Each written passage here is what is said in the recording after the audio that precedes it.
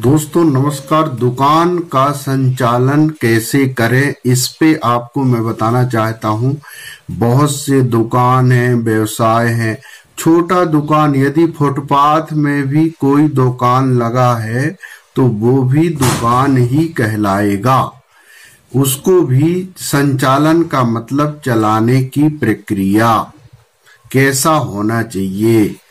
हम तो सब जानते हैं कि दुकान को ऐसे चलाया जाता है, लेकिन वास्तविकता में दुकान का संचालन कैसे होना चाहिए ये बहुत बड़ा मायने रखता है। कहते हैं रास्ता यदि हम चल रहे हैं लेकिन रास्ते का ज्ञान मालूम हो जाए कि यहाँ पर इतना गहराई है और यहाँ पर इतना जो है ऊंचाई है और हम इससे बच के निकल सकते हैं, हम कांटों से बच के कैसे निकल सकते हैं, इसका तरीका ही किसी कार्य को करने जैसा होता है कि कांटे में आपके पैर ना चुभे और रास्ता पार कर जाओ।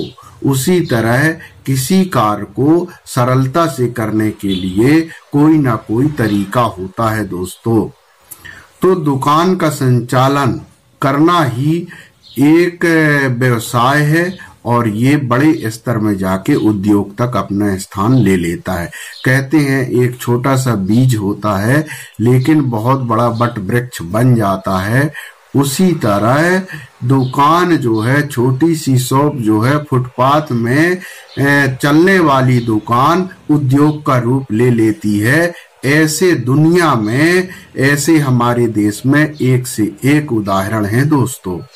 लेकिन आप दुकान को किस तरह संचालित करते हैं ये बहुत बड़ी बात है। तो आज मैं आपको बताता हूं कि संचालन की पद्धति क्या है, दुकान को किस तरह संचालित करना चाहिए। सबसे पहले तो आप अपने एक डायरी बनाने करके रखना पड़ेगा आपको कि डायरी में आपने दुकान में कितनी पूंजी लगाई, कितने सामग्री रखे और उसमें खर्चा कितना आया। यदि आप कहीं से सामान बुलवाते हैं और उसका भाड़ा यदि आप दे रहे हैं तो वो भाड़ा सामान के मूल्यों के साथ डिस्ट्रीब्यूट हो जाता है, वितरित हो जाता है, सब में जुड़ जाता है। मान लीजिए 10 सामान है, 10 सामान को मंगाने में 100 रुपए का खर्चा आया है और सामान 1000 का है तो उसका मूल्य 110 रुपए माना जाएगा। अब 110 में से आप उसमें से कितना कमाएंगे ये आपके ऊपर है कि आप 10 रुपए का प्रॉफिट लेते हैं या 15 का लेते हैं या 20 का लेते हैं। तो हम इस तरह से एक डायरी बनाएं। डायरी बनाने के बाद जो है आपको क्या करना होगा कि रोज के विक्रय और आय दोनों को आपको यथा स्थिति लिखना होगा। जब तक दैनिक आय और व्यय का विवरण आप नहीं लिखेंगे तब तक आपका संचालन सही नहीं हो सकता। दूसरी बात, मैन्युअली जो हम आय व्यय लिखते हैं वो सबसे अच्छा माना जाता है कि हम आज कितना खर्च किए और कितना हमारे पास आया। दुकान के पूंजी में से यदि अपने घर के खर्च भी आप कर रहे हो उसको भी आप लिखना पड़ेगा, नहीं तो आपको कभी पता नहीं चलेगा कि हम कितना फायदा में चल रहे हैं या कितना नुकसान में चल रहे हैं। तो मेरा कहना ये है दोस्तों कि संचालन में आपके व्यवस्थित, जब तक लिखित व्यवस्थित आप मेंटेन नहीं करेंगे, दैनिक आय व्यय पुस्तिका नहीं मेंटेन करेंगे तब तक आपको कभी भी पता नहीं चल पाएगा कि हम कितना कमा रहे हैं और कितना खर्च कर रहे हैं और हमारी बचत कितनी हो रही है, लाभ कितना हो रहा है। तो दुकान संचालन में सबसे बड़ी भूमिका किसकी होती है? हमारे आय और व्यय की प्लस लाभ की। तो ये एक प्रथम पद्धति है। जब आपको पता चलता है कि ये व्यवसाय में हमको फायदा होने लगा है तो आप दूसरा व्यवसाय स्थापित करने की नहीं सोचेंगे।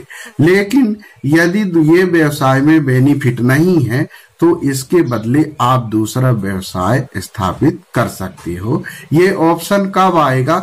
जब आपको व्यवसाय संचालन के बारे में जानकारी होगा। कई लोग क्या करते हैं, अपने एक व्यवसाय को पकड़ लेते हैं, उसी व्यवसाय को लगातार चलाते रहते हैं। तो क्या होता है कि हम उतना प्रोग्रेस नहीं कर पाते हैं। आपको प्रोग्रेस करने के लिए तो पहले सोचना पड़ेगा कि इस व्यवसाय में मेरा कितना लाभ है या नहीं है। यदि लाभ हो रहा है तो किस हिसाब से हो रहा है, और हमको अन्य जो बाजार में और भी दुकानें हैं, मार्केट में और भी कितने प्रकार के व्यवसाय हैं, उनमें से इससे ज्यादा प्रॉफिट वाला व्यवसाय कौन सा है, ये भी आप निर्णय ले सकते हो। कब? जब आप किसी कार्य को व्यवस्थित करते हैं।